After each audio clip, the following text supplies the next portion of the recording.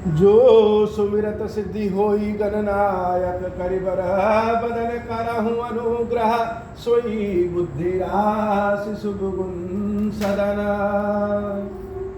बंदौ गुरुपद पदुम परागा सुरुचि सुभाष सरस अनुरागा मंगल भवन अमंगल हारी उमा सहित जहि जपत पुरारी सुबिर शिवा शिव पाई पसाऊं बरदू राम चरित चित चाऊं पानी ग्रहण जब कीन महेशा हर्षे तब सकल सुरेशा कवन सुकाज कठिन जग माही जो नहीं होई तात तुम पाही राम काज लगी तब अवतारा सुनता ही भयं पर्वताकारा।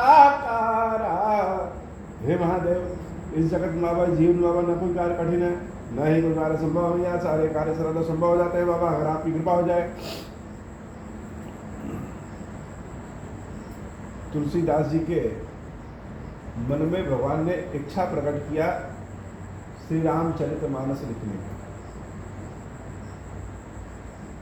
तो जब इच्छा प्रकट किया, कोशिश बहुत किया तुलसीदास जी लिखने की, लेकिन सटीक बैठ नहीं रहा था कि लिखे कैसे।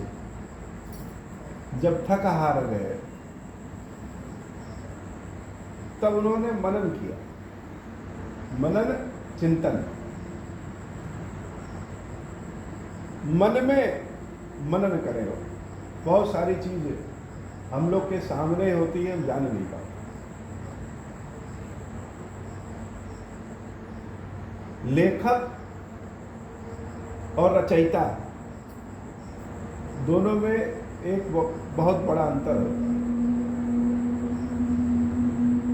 जितने भी वेद हैं, पुराण है, वेद है, रामचरितमानस है, महाभारत है, इन सबके रचयिता है, लेखक नहीं। लेखक कोई और हो सकता है जो सिर्फ लिखे, और रचयिता जिसकी रचना हो।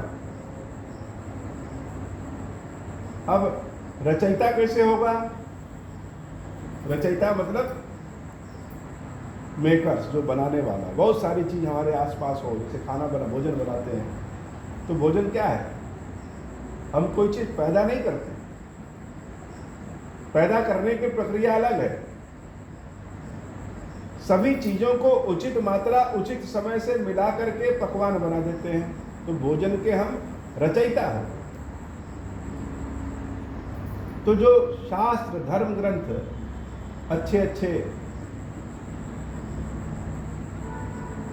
लेख, कविता, इन सब के रचयिता हो। वो कहीं से और सारी चीजों को पैदा नहीं करते। जो घटनाएं हुई हैं, जो कथा है, उन्हीं को अपने शब्दों में रचना करते। तो तुलसीदास जी ने बहुत कोशिश की। और राम जी की कथा कौन नहीं जानता? क्या तुलसीदास जी ने जब राम जी की कथा नहीं लिखा था तो लोग राम की कथा नहीं जानते थे क्या? या राम जी की पूजा नहीं होती थी? पहले भी होता था, लेकिन हर समय का अपना एक मांग है।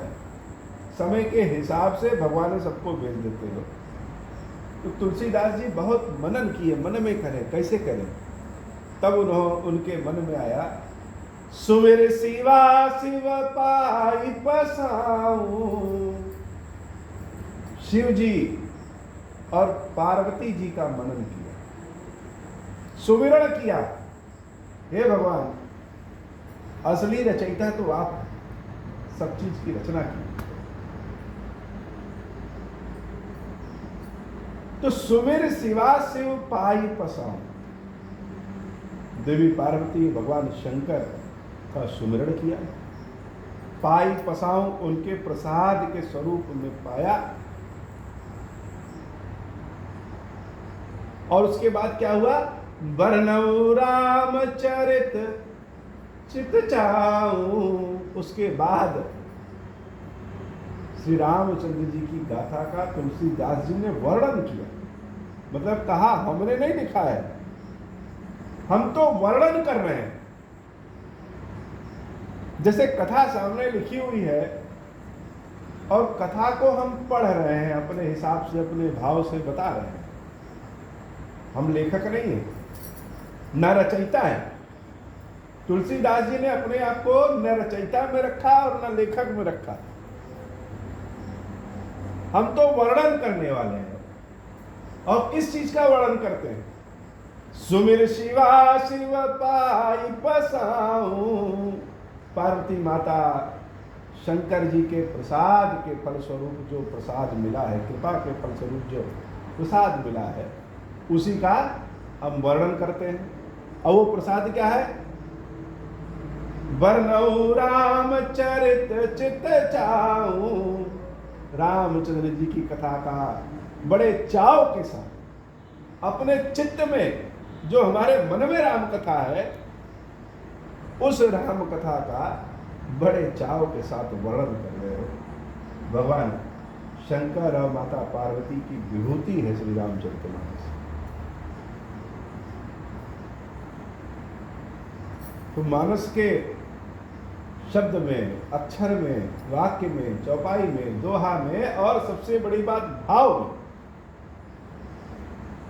जो डूब गया उसके बाहर भी गंगा और भीतर भी गंगा।